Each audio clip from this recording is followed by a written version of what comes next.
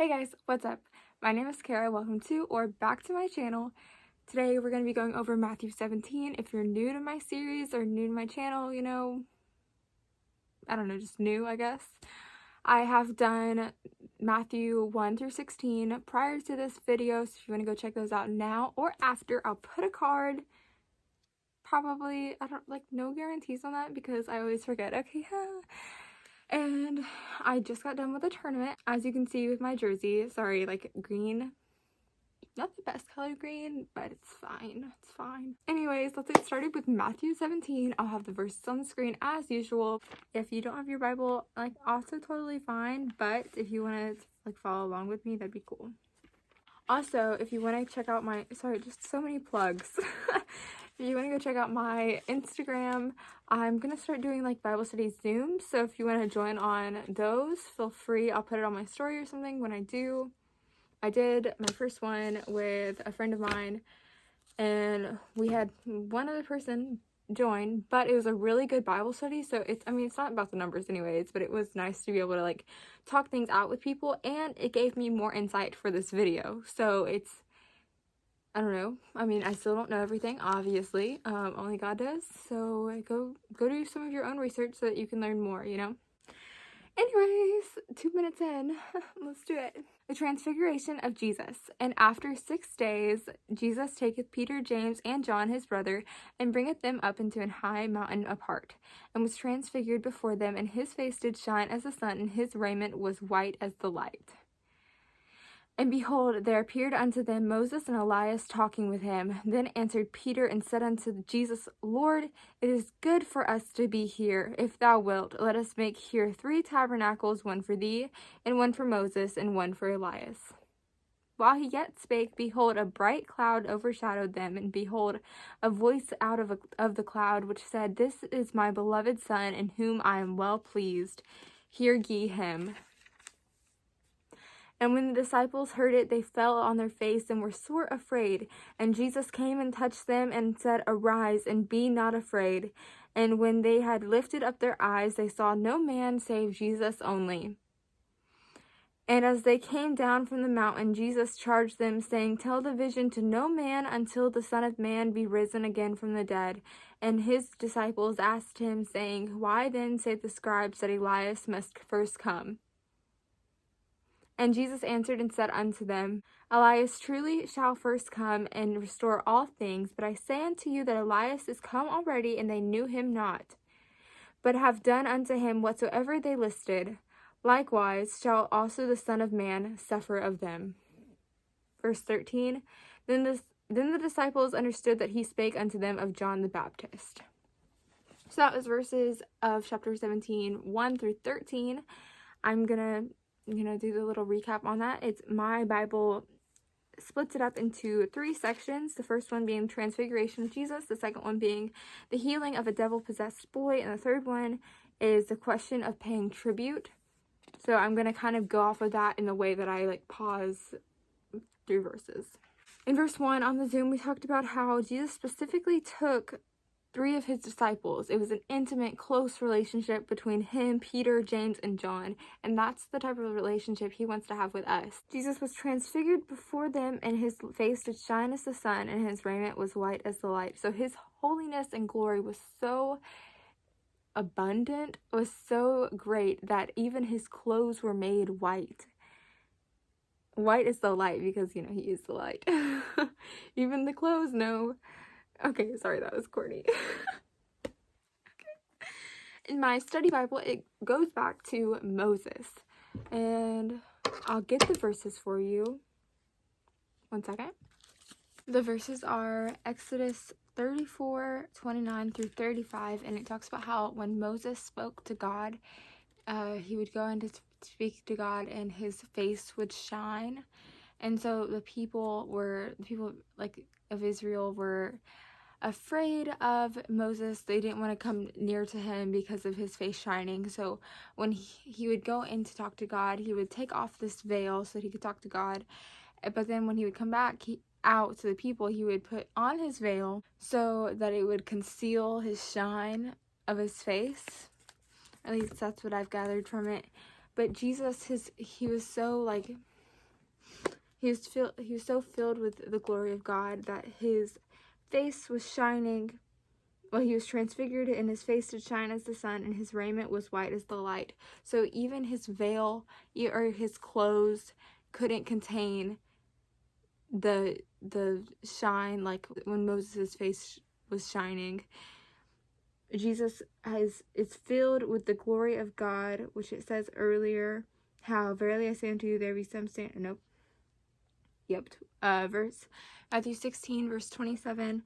For the Son of Man shall come in the glory of his Father with his angels, and then he shall reward every man according to his work. So it just shows even more how the glory of his Father, of glory of God, was in Jesus, because his veil, his clothes couldn't contain the light that was inside of him, or that was shining off of him. And then Moses and Elias just being there, it kind of goes with the prophecy, even though Jesus says that John the Baptist was the fulfillment of prophecy. Then Peter recognizes that it was good to be there, but then he kind of makes Jesus equal to Moses and Elias, because he says, I'll build a tabernacle for each one of you, as if Jesus wasn't higher than they were. And so that's when while he yet spake, behold, a bright cloud overshadowed them, and behold, a voice out of the cloud, which said, This is my beloved Son, in whom I am well pleased, hear ye him. And this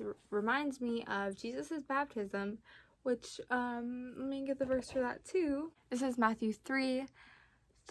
It's the whole baptism of the beloved Son is Matthew 3, 13 through 17. But in verse 17, it says, after the Spirit of God descending like a dove and lighting upon him, it says, And lo, a voice from heaven saying, This is my beloved Son, in whom I am well pleased. God the Father is affirming that this is his Son to all the people. Is a testimony to Jesus that it is the beloved Son of God. And then it's interesting to me that the disciples were sore afraid because of the voice, even though they had been listening to Jesus' voice the entire time. Maybe that's why God came to say, Hear ye him, because they weren't really hearing him, just listening to him. And Jesus came and touched them and said, Arise and be not afraid. And then, of course, Jesus tells them to tell no man of the vision until the Son of Man be risen again from the dead. So Jesus is against prophesying his death and saying it to them so that they'll know, they'll be prepared for it, and that they'll believe him when he's already saying that he'll die and be risen from the dead. And then again with the whole Elias thing and how he has to come first. And Jesus says that, of course, he did come first. It was John the Baptist, and they knew him not.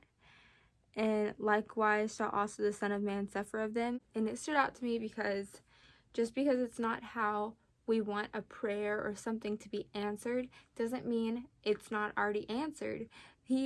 God sent them Elias, and they recognized him not. They knew him not. And so just because we're looking for something in our own way doesn't mean it's going to happen that way, and then we're still waiting for the answer when it's already been resolved. It just didn't happen our way, so we're not comfortable. We're not okay with it.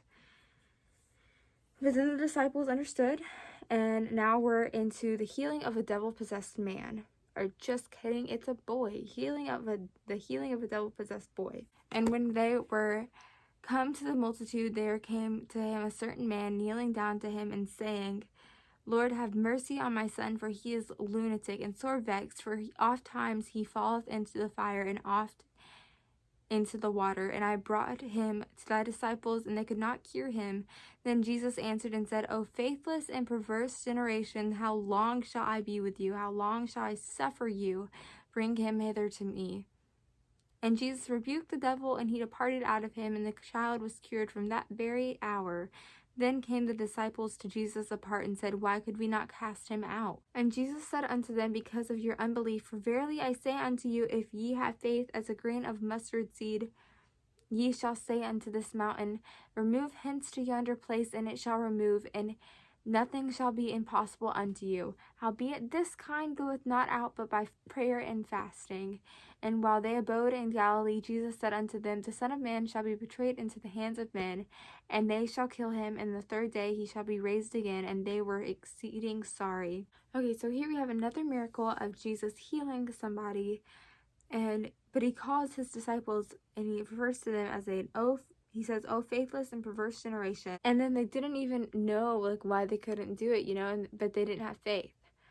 So they were rebuking the devil, but Jesus says that this kind goes not out but by prayer and fasting.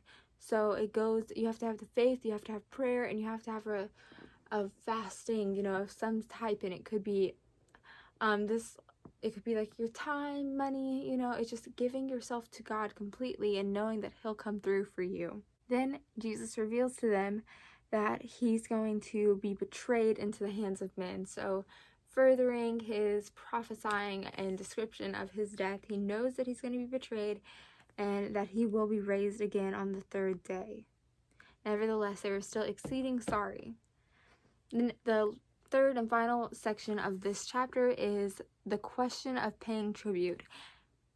And when they were come to Capernaum, they that received tribute money came to Peter and said, Doth not your master pay tribute? He saith, Yes. And when he was come into the house, Jesus prevented him, saying, What thinkest thou, Simon? Of whom do the kings of the earth take tribute take custom or tribute, of their own children or of strangers? Peter saith unto him, Of strangers. Peter saith unto him, Of strangers. Jesus saith unto him, Then are the children free. Notwithstanding, lest we should offend them, go thou to the sea and cast an hook, and take up the fish that first cometh. And when thou hast opened his mouth, thou shalt find a piece of money. That take and give unto them for me and thee. This part was, kind of tiny, but it's kind of saying a lot. So the first part, they were asked if Jesus would pay tribute. Jesus responds, he prevents Peter from speaking because he's asking who should pay, like who would be made to pay, the children or the strangers. And Peter says of strangers, and Jesus saith unto him, then are the children free. And that's kind of indicating that since we are children of the true King of God, that we are free of this type of debt and obligation. And what it's referring to is the tribute to keep the temple up. It says in my study Bible that this had enormous implications for Jewish Christians if temple taxes were no longer obligatory. Sacrifices and other offerings were also now optional.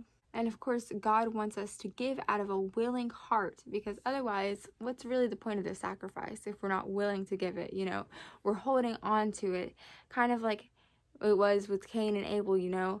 Like it was the sacrifice. It was good because it was out of a good heart giving to God, and the other sacrifice was not the first best. It was just second best and holding on to what he thought was good. Then Jesus, knowing that he was free, didn't want to offend anybody.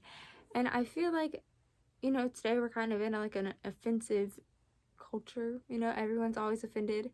But Jesus went out of his way, but Jesus made sure that people wouldn't get offended. So he instead of making a big deal about it, being like, and preaching how they're wrong and how he's a child of the king and they're Jewish and they're children and they shouldn't have to pay tribute, he goes along with it and he proves his authority over nature because he knows that a fish had recently swallowed a coin and that would pay for their tribute. And that's the end of chapter 17. It kind of was a short video, I think, once I edit it maybe. But you should definitely do some research on your own. I totally encourage that. Like I said, follow me on Instagram, DM me if you want to be part of the Zoom. All that stuff, it should be on there. And it's a sneak peek, into Matthew 18. The least is the greatest.